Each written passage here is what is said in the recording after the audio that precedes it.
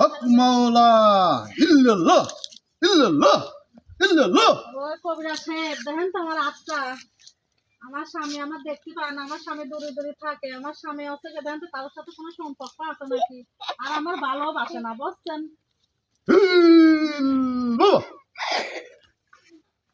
আপনি তো ভয়ঙ্কর অবস্থা, কি কোন? ভয়ঙ্কর। আপনার হাতের লেখা দেখে বুঝতে পারছি আপনার আহ, শনির দশা সামনে।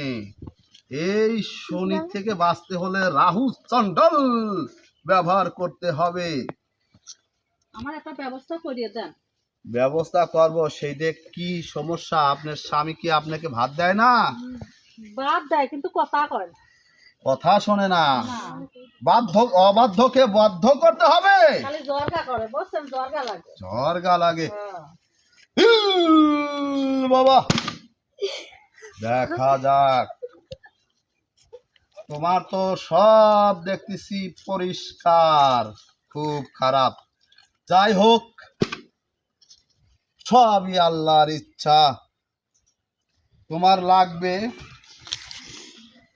এই যে অষ্ট ধাতুর আংটি আর মায়াবী পরীর সেই বাঁধনের যে ওষুধটা, এইটা 3 রাত্রে খেতে হবে।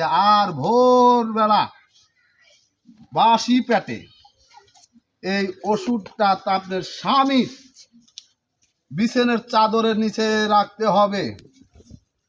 আরো ওষুধ আছে আমি দেব, কিন্তু পয়সা লাগবে কিন্তু।